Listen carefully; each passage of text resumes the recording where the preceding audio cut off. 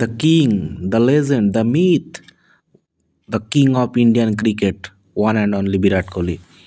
তো নমস্কার বন্ধুরা, আজকে আমি বিরাট কোহলির ফেসটা বানানোর ভিডিওটা পুরোটা নিয়ে এসেছি, সম্পূর্ণ ভিডিও। তো তোমাদের কাছে আমার রিকোয়েস্ট থাকবে, তোমরা অবশ্যই ভিডিওটা না টেনে সম্পূর্ণ দেখো আমি কিভাবে বানালাম। সত্যি অনেকটা পরিশ্রম করতে হয়েছে। আমি প্রথমে কিছু মাটি নিয়ে নিয়েছি, তোমরা দেখো মাটি নিয়ে ওই ফেসের ওখানের ওই শেপটা নিয়ে আসার চেষ্টা করছি। তো তবু অনেকটা কেটে কেটে দিয়েছি ভিডিওটা, না হলে তো দেখো এমনিতেই 13-14 মিনিট হয়ে গেছে। তো এখানে ফেসের শেপটা দিচ্ছি, দেখো প্রথমে এই যে দাগ টেনে নিচ্ছি, কোথায় চোখ হবে, কোথায় নাক হবে, কোথায় মুখ হবে। এমনিতেই ভিডিওটা দেখো 13-14 মিনিট হয়ে গেছে মনে হয়। তো তাহলে পুরো ভিডিও দিতে গেলে অনেকটা বড় হয়ে যেত, আর এখন তো সব শর্টসের যুগ, তাই না? তো এরপরে যেখানে যেখানে একটু মাটি দরকার অতিরিক্ত আমি দিয়ে নিয়েছি। বিরাট কোহলির কপালটা একটু বড়, তাই ওখানে একটু মাটি লাগানোর দরকার, আর চোখের ওখানে এক্সট্রা মাটি দিয়েছি। আসলে কি বলতো, এই মূর্তিটা তৈরি করার সময় মাটিটা একটু বেশিই নরম ছিল, তাতে একটু বেশ সমস্যা হয়েছে। তার জন্য আমাকে একটু কিছুক্ষণ অপেক্ষা করতে হয়েছে মূর্তিটা রেখে দিয়ে, মাটিটা একটু শক্ত হওয়ার জন্য। মুখের এখানে একটু মাটি দিয়ে নিচ্ছি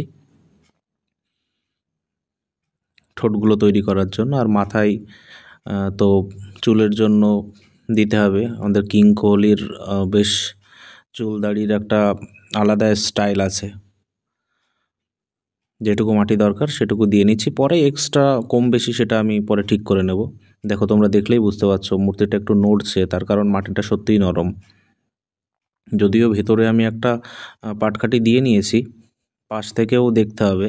তো আর একটা ব্যাপার কি জানো তো, কোনো একটা ভিডিও বিশেষ করে ফেস বানানোর সময় একদম সামনের থেকে বানাতে হয়। তো আমার একটুখানি পাশ হয়ে যাচ্ছে, যেহেতু আমার ওই ভিডিও পজিশনটা অতটা ভালো না, যার জন্য একটু সমস্যা হচ্ছে। তো তবুও চেষ্টা করছি পুরোটাই করার। দেখতে থাকো তোমরা। এই শেপটা দেখো চলে এসছে, আমি সামনের দিকে একটুখানি ঝুঁকিয়ে নিয়েছি। আর এই ছবিটা আমি যেটা ব্যবহার করেছি সেটা হচ্ছে একটা সোয়েটার পরা ছিল অনেকটা সেই আকৃতির। তো একটা এক্সট্রা মোবাইল হলে ভালো হয়, সামনে ধরে রেখে সেই ছবিটা দেখে, যেটা আমার ছিল না, মাঝে একটু দেখেছিলাম। তো ভালো করে একবার দেখলে হয়ে যায়, তবুও সামনে রেখে করলে সব থেকে ভালো হয়। পাশ থেকে অতিরিক্ত মাটিগুলো আমি একটু কেটে নিচ্ছি। তো তোমরা দেখতে পারবে মাঝখানে আমি একটু কেটেও দিয়েছি ভিডিওটা সরাসরি, সুতরাং এর পরবর্তী ধাপে চলে গেছে ভিডিওটা। এই যে এই শেপটা দেখো, বিরাট কোহলির চোয়ালের এখান থেকে একটু ভি আকৃতির, আর যেহেতু দাড়ি আছে ওখানে বেশ একটু লম্বা হবে। আর পাশ থেকে আমি দাড়ি গোফের শেপটা একটু দিয়ে নিচ্ছি, কতটুকু হবে ওটা দেখে নিচ্ছি ঠিক করে। তারপরে দেখো, আর ওই নাকের ওখান থেকে এখানে একটা, এই পাশ থেকে যে ভি শেপটা বলে, হাসলে অনেকের হয় এটা, ওই শেপটা একটু, এগুলো খুবই দরকারি একটা শেপ বানাতে গেলে, কোনো একটা মূর্তি বানাতে গেলে। কার মুখটা গোল, কার ভি আকৃতি, এটা সবার আগে লক্ষ্য করতে হয়। আর চোখটা ভালো করে দেখতে হয়, চোখটা কেমন আছে তার। অনেকের চোখের আকৃতি এক এক রকম হয়। হ্যাঁ,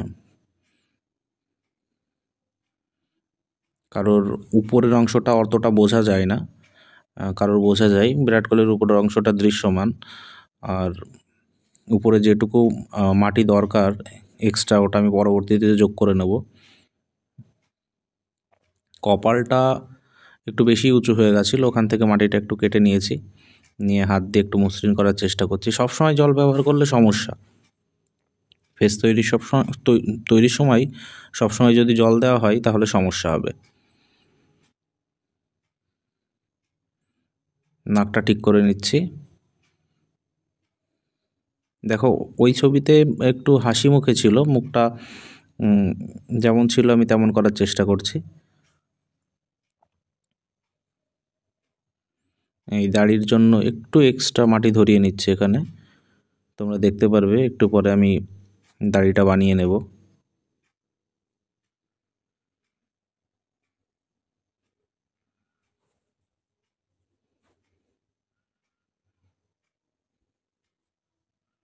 দাড়িটার আকৃতি অনেকটা হয়ে গেছে। তো এখানে প্রথমে আরেকটা জিনিস খেয়াল রাখতে হবে, এই যে এই মাটিটা পড়ে গেছিলো একটু খারাপ খারাপ মাটিটা দেওয়া যাবে না, তাহলে পরবর্তীতে খুবই বেশি সমস্যা হয়ে যাবে। এই যে দেখো, মাটিটা পরে বাদ দিয়ে দিলাম, দেখলাম একটু বেশিই হার্ড হয়ে গেছে। এই মাটির এই একটা ব্যাপার, খালি জায়গায় রেখে দিলে শক্ত হয়ে যায়, সেটা আবার নরম করতে খুবই সমস্যা হয়। এই যে এই শেপটা চলে এসছে, অনেকটা মসৃণ হয়ে গেছে। এখানে আমি ঠোঁটের আকৃতিটা দেওয়ার চেষ্টা করছি। দেখো, সাধারণ দেবদেবীর মুখ যদি দেখা যায় চোখের মতোই হয়, বেশি বড় হয় না, তবে তাই চোখের মতোই হয়, বেশি বড় হয় না। তবে তো মানুষের ক্ষেত্রে না মুখের সাইজটা নানা রকম হয়, একটু বড় হয় কারোর কারোর ক্ষেত্রে, সেটা লক্ষ্য রাখতে হয়। দেবদেবীর প্রতিমা তৈরি করার সময় আম, সেটা কোনো মানুষের ফেস তৈরি করার সময় এক করলে হবে না, একটু একটু আলাদা হয়। তবে দেখো, বিরাট কোহলি তো অনেকের কাছে একদম দেবতা তুল্য।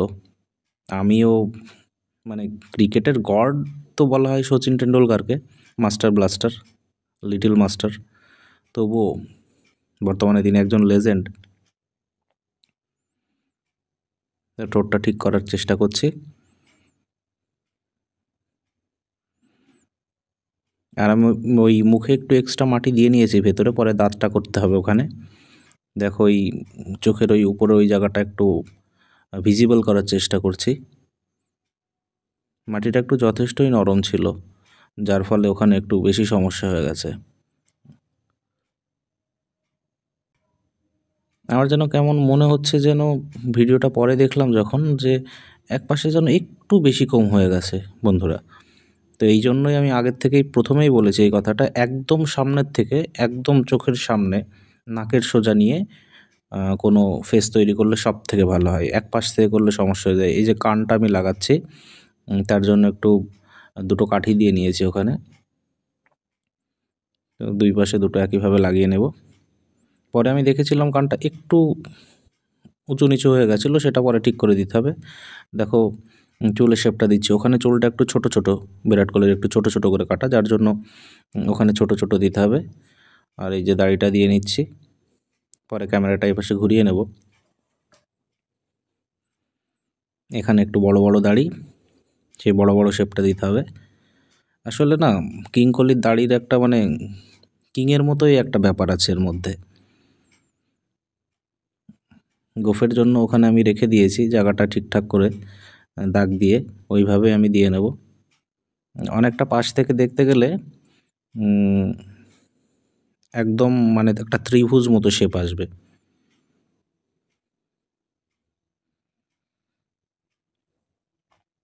তবে তুলনামূলক অনেক ফাস্ট করেছি আমি, দাড়িটাও অনেক তাড়াতাড়ি দিয়েছি, হয়তো আর একটু ধীরে করলে ভালো হতো।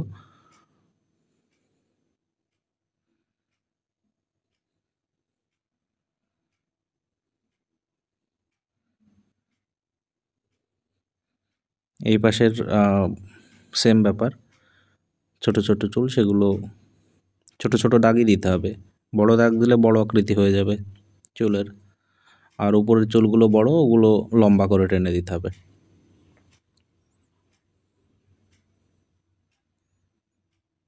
একটু ফাস্ট অ্যান্ড ফরওয়ার্ড করলে মনে হয় ভালো হতো, তবে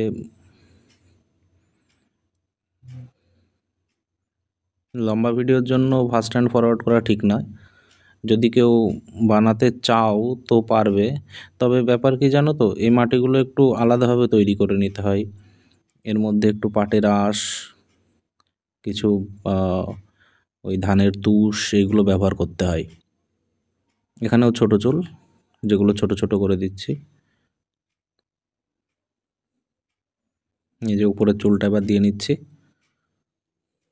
একটু দেখো কষ্ট করে।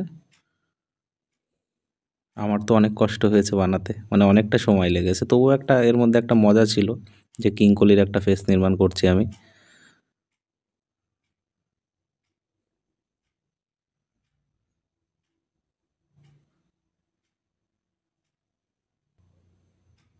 একটু উপরে বাদ ছিল, সেটাও পূর্ণ করে নিলাম।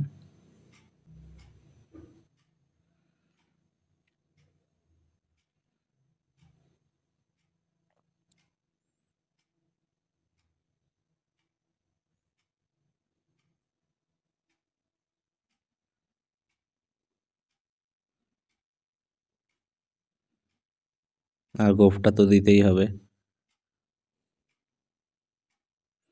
কারো কারো একটা আলাদা মানে প্রত্যেকটা প্রাণী মানুষ প্রত্যেকের মধ্যে একটা বৈচিত্র্য থাকে।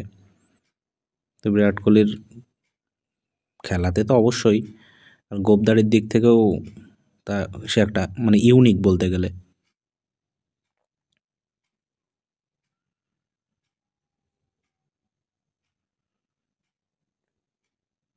চোখ আর আইব্রোটা দিলেই হয়ে যাবে, চোখের মনি আর কি।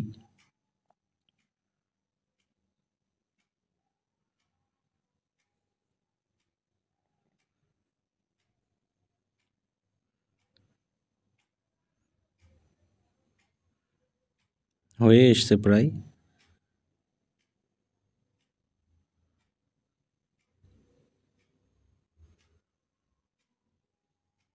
এবার আইব্রোটা দেব। সবার আইব্রো একরকম নয়, নাকের সাথে কারোর দুটো আইব্রো লাগানো থাকে, বিরাট কোহলির সেটা নেই। আমি কয়েকদিন আগে আমাদের প্রয়াত শিল্পী জুবিন গর্গের আমি ফেসটা নির্মাণ করেছি, তোমরা চাইলে দেখে আসতে পারো। এই হলো কিং কোহলির ফাইনাল লুক। তো বন্ধুরা, ভিডিওটা ভালো লাগলে অবশ্যই লাইক করো, পাশে থেকো।